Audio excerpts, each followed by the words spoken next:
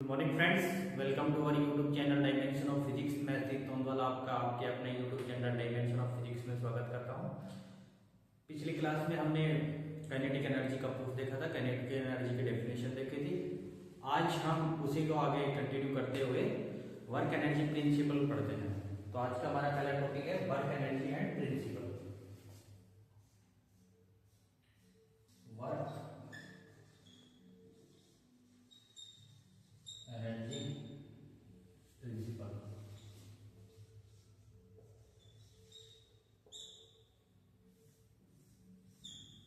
Work energy principle क्या कहता है कि अगर किसी बॉडी पर, मान लीजिए हमारे पास कोई एक बॉडी है जिसका मास m है, ठीक है। अब इस बॉडी पे क्या हुआ, वर्क हुआ, क्या हुआ, वर्क हुआ, क्या हुआ, वर्क हुआ, वर्क हुआ। ये वर्क डन किसके बराबर होगा, इस बॉडी के अंदर कितनी काइनेटिक एनर्जी के अंदर चेंज आया। मैं फिर से रिपीट कर रहा हूं, वर्क एनर्जी प्रिंसिपल या वर्क एनर्जी थ्योरम ये कहती है कि किसी भी बॉडी पर अगर हम वर्क करते हैं तो वो जो वर्क डन है वो किसके बराबर आएगा, इस बॉडी की काइनेटिक एनर्जी के अंदर कितना चेंज आया है। अब वर्क डन करने के लिए हमें क्या जरूरी है, फोर्स की जरूरी है। और वो कैसा फोर्स, एक्सटर्नल फोर्स। वर्क करने के लिए किस चीज की रिक्वायरमेंट है, एक्सटर्नल फोर्स की, ठीक है। मतलब ये हुआ कि जब हम किसी भी बॉडी पर एक्सटर्नल फोर्स अप्लाई करते हैं, उस एक्सटर्नल फोर्स अप्लाई होने की वजह से बॉडी पर वर्क होता है, बॉडी पर काम होता है। और वो जो काम होता है, वो जो वर्क डन होता है, उस बॉडी के अंदर काइनेटिक एनर्जी में चेंज लेकर आता है। उसकी काइनेटिक एनर्जी में क्या आता है, चेंज आता है। यही हमारा क्या कहलाता है, वर्क एनर्जी प्रिंसिपल। तो अब इसको हम कैसे डिफाइन करें, when an external force, when an external force applied on the body due to which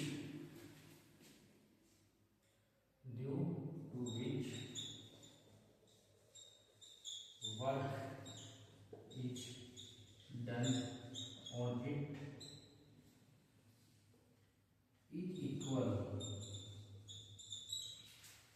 to change in its kinetic energy। तो ये जो वर्क डन आएगा, वर्क डन किसके बराबर आएगा, चेंज इन काइनेटिक एनर्जी। अब ये जो सिंबल है डेल का, ये जो सिंबल है डेल का, इसको हम यूज करते हैं चेंज इन, यानी किसी भी चीज के अंदर चेंज को दर्शाता है ये, ठीक है। अब वो कितना होगा, मान लीजिए ये बॉडी चल रही थी, ठीक है। अभी इसके पास कुछ ना कुछ स्टार्टिंग में वेलोसिटी थी, हमने इस पर एक्सटर्नल फोर्स लगाया। शुरुआत में वेलोसिटी कितनी थी, half m q square, work किया तो हाफ एम वी स्क्वायर हो जाएगा। तो चेंज इन काइनेटिक एनर्जी कितना है, half m v square minus half m u square 1/2 m को घूम लेंगे v square minus u square. ये किसके बराबर आएगा, वर्क डन के बराबर आएगा, ठीक है। तो ये है हमारे पास क्या है, वर्क एनर्जी प्रिंसिपल है। काइनेटिक एनर्जी पर न्यूमेरिकल होते हैं। पहला क्वेश्चन है, a motorcycle and a jeep have the same speed of 40 metre per second if their masses are in the ratio 1:5 respectively, find the ratio of their kinetic energy। Question में क्या given है हमारे पास, एक motorcycle है, motorcycle और एक jeep है ना। दोनों की क्या है, स्पीड सेम है। इसकी भी स्पीड 40 मीटर पर सेकेंड, इसकी स्पीड 40 मीटर पर जो मोटरसाइकिल का जो मास है वो जीप के कंपैरिजन में ऑब्वियसली कम रहेगा, तो इसको हम स्मॉल m से डिनोट करते हैं और इसको हम कैपिटल M से डिनोट करते हैं, मास ऑफ जीप और मास ऑफ मोटरसाइकिल। ठीक है, if there masses are in the ratio of 1:5, इसका मोटरसाइकिल और जीप का, यानी कि जो मोटरसाइकिल का जो मास है और मास ऑफ जीप है उनका रेशियो हमें कितना गिवन है 1:5। आपसे क्या पूछा गया है इनकी काइनेटिक एनर्जी का रेशियो, तो हम 1/1 काइनेटिक एनर्जी निकाल लेते हैं। काइनेटिक एनर्जी किसका, मोटरसाइकिल की, है ना। काइनेटिक एनर्जी किसकी हम निकालेंगे, मोटरसाइकिल की, तो हाफ एम मास मोटरसाइकिल का और स्पीड मोटरसाइकिल की और उसका स्क्वायर। काइनेटिक एनर्जी किसकी, जीप की, half mass of jeep velocity of jeep का, तो इनका रेशियो निकालना है। तो kinetic energy motorcycle, kinetic energy G, इनको रख देते हैं हाफ मास वेलोसिटी का square, half mass of G velocity का स्क्वायर। ठीक है, अब दोनों की वेलोसिटी तो सेम है, वो कट जाएगी, हाफ से हाफ कैंसिल हो जाएगा। ठीक, अब जो काइनेटिक एनर्जी है वो उनका रेशियो क्या आएगा 1:5, उनका रेशियो भी क्या आएगा 1:5, तो हमारा जो आंसर है वो क्या आएगा 1:5। उनकी जो काइनेटिक एनर्जी 50 kg है 100 joule of kinetic energy, calculate its speed. ये फॉर्मूला बेस्ड क्वेश्चन है, आप इसको इजीली कर सकते हैं। तो देखिए एक एथलीट है जिसका मास कितना है हमारे पास 50 kg, उसकी काइनेटिक एनर्जी कितनी है 100 जूल। ठीक है, तो हमें क्या निकालना है, इसकी स्पीड निकालनी है। तो काइनेटिक एनर्जी का फॉर्मूला हम जानते हैं हाफ एम वी स्क्वायर। ठीक है, यहां से kinetic energy 100 joule, half mass कितना 50 और वी स्क्वायर, 2 से 25 को करेंगे 25 चौक, तो यहां से हम कैलकुलेट करेंगे वी स्क्वायर इक्वल टू 4 और वी की वैल्यू क्या आएगी हमारे पास 2 मीटर पर सेकेंड। ठीक, अब नेक्स्ट क्वेश्चन देखिए। A ball of mass 1.5 kg is moving with a speed of 20 meter per second. Find its kinetic energy. Find its kinetic energy.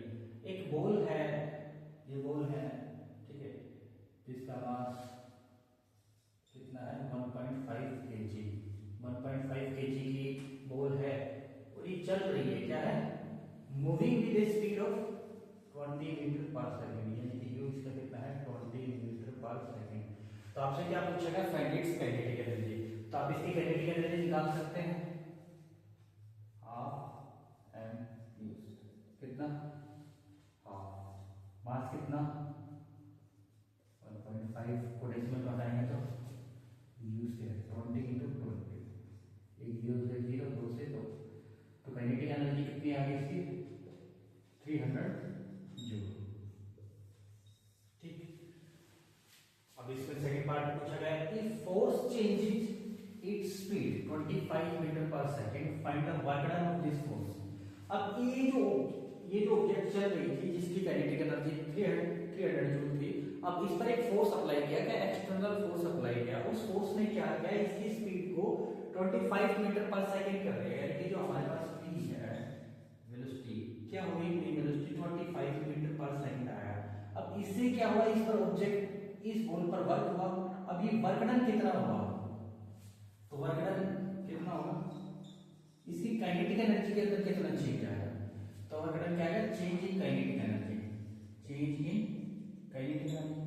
अब ये जो फोर्स लगा, इस फोर्स से 25 मीटर पर सेकंड वेलोसिटी हो गई, इसके कारण से इसमें काइनेटिक एनर्जी कितनी आई, काइनेटिक एनर्जी इनिशियल मान लेते हैं, काइनेटिक एनर्जी फाइनल अलग से हम निकाल लेते हैं half m v square, half mass कितना 1.5, ठीक है, वी स्क्वायर 25 into 25। ठीक, जब हम इसको सोल्व करेंगे तो वर्क डन हमारा निकल जाएगा हाफ 10 into 25 into 25, ठीक है, और 300 जब हम इसको 5 से 15, 5 दूनी 10, इससे ज़्यादा जाएगा नहीं। 3/4 6 तो 25 माइनस 300। जब इसको हम सोल्व करेंगे तो हमारे पास जो आंसर आएगा 168.75 जूल। ये हमारे पास इतना वर्क होगा जब हम इस पर एक्सटर्नल फोर्स अप्लाई करेंगे। Hammer of 5 kg falls freely from a height of 3 meter. Calculate the velocity and the kinetic energy of hammer just before it touch the ground. एक हमारे पास क्या है, एक हैमर है, ठीक है। हैमर मतलब हथौड़ा, मतलब एक हथौड़ा है और उसको उसका जो मास है, मास ऑफ हैमर, मास कितना है 5 kg, ठीक। और जो हैमर को फॉल्स फ्री एक हाइट है 3 meter from the ground, ground से 3 मीटर हाइट पर ये हैमर है, हाँ? तो इसको फ्रीली फॉल किया जाता है, यानी कि छोड़ दिया जाता है ऐसे, ठीक। तो जब ये ग्राउंड को टच करेगा उस समय उसकी वेलोसिटी कितनी होगी, यानी कि वेलोसिटी क्या होगी, एक तो वेलोसिटी निकालनी है और उसकी काइनेटिक एनर्जी क्या होगी, दो चीजें हमसे पूछी गई हैं, ठीक है। तो जब भी ये देखिएगा सिचुएशन ऐसी है कि मान लीजिए ये हमारे पास हैमर है, ये हाथ है, ये ग्राउंड मान लीजिए, ये 3 मीटर हाइट है। अब देखिए मैं इसको फ्रीली फॉल करता हूँ, ठीक, ये फ्रीली फॉल किया, तो ये जब ये फ्रीली फॉल होगा तो इसकी जो इनिशियल वेलोसिटी है इस दौरान, ये जो इनिशियल वेलोसिटी है कितनी है,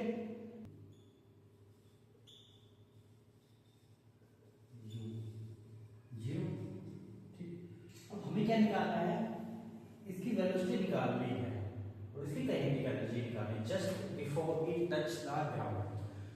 तो देखिएगा जब ये यहाँ से यहाँ आएगा इस समय इसकी वेलोसिटी 0, तो ये डाउनवर्ड मोशन में रहेगा, ठीक है। तो हम इक्वेशन ऑफ मोशन यूज कर सकते हैं, तो v square minus u square equal to 2as। ये जो डिस्प्लेसमेंट है s, ये जो डिस्प्लेसमेंट है s कितना है 3 मीटर है, हम मान लेते हैं डाउनवर्ड डायरेक्शन को पॉजिटिव डायरेक्शन मान लेते हैं। तो ये जो a है यहाँ पे जो एक्सेलरेशन है वो कौन रहेगा, फ्री फॉल के केस में एक्सेलरेशन ड्यू टू ग्रेविटी के बराबर रहेगा, ठीक। तो यहां से हम निकालते हैं v स्क्वायर माइनस 0 का square equal to 2g। g की वैल्यू हम यहाँ अपने कन्वीनियंस, वैसे 9.8 होती है, हम अपने कन्वीनियंस के लिए हम अपनी सहूलियत के हिसाब से है, और ये कितना 3 मीटर। तो वेलोसिटी का जो स्केल आया वो कितना है 60 मीटर पर सेकेंड। तो जब इसको सोल्व करेंगे तो ये आएगा आई थिंक 7.86 के राउंड आ जाएगा मीटर पर सेकेंड। अब सेकंड पार्ट इसका हम क्या कैलकुलेट करेंगे, kinetic energy. Kinetic energy half mv square, तो हम वेलोसिटी अभी निकाल चुके हैं, तो हाफ मास कितना है 5 v स्क्वायर यानी 60 को ही यूज करेंगे डायरेक्ट, तो ये 30 150 जूल, ठीक है। हमारे पास काइनेटिक एनर्जी आ गई। देखिए अपने अभी काइनेटिक एनर्जी के ऊपर और वर्क एनर्जी के ऊपर कुछ सवाल किए हैं आपको।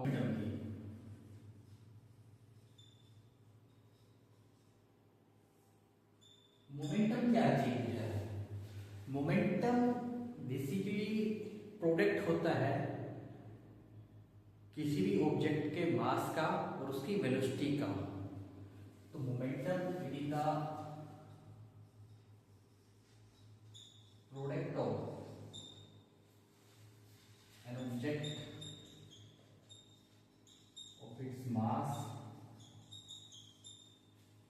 And velocity. It is represented by p vector.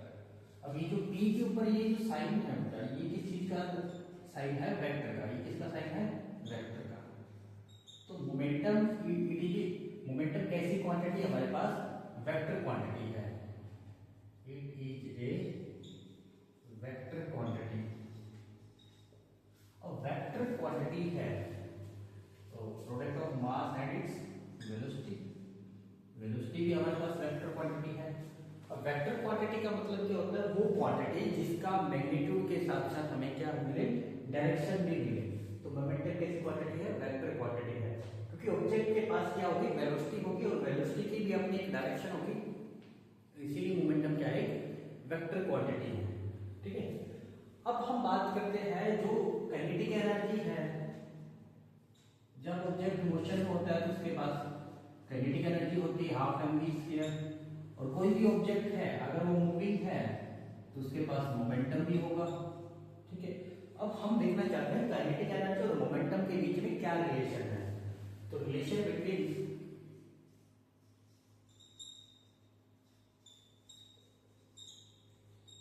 Kinetic energy and momentum,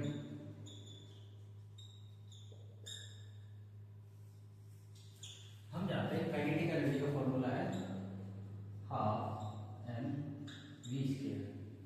अब इसी फॉर्मूले में हम m से मल्टीप्लाई करते हैं, m से डिवाइड करते हैं, तो m square v square 2m। अब इसको हम क्या लिख सकते हैं, mv का होल स्क्वायर और 2m। यहाँ काइनेटिक एनर्जी है, काइनेटिक एनर्जी और m इंटू v को क्या लिखेंगे, मोमेंटम, और ये मोमेंटम का स्क्वायर 2m। हम लिख सकते हैं p स्क्वायर 2me, इसको हम काइनेटिक एनर्जी की वैल्यू √ 2me।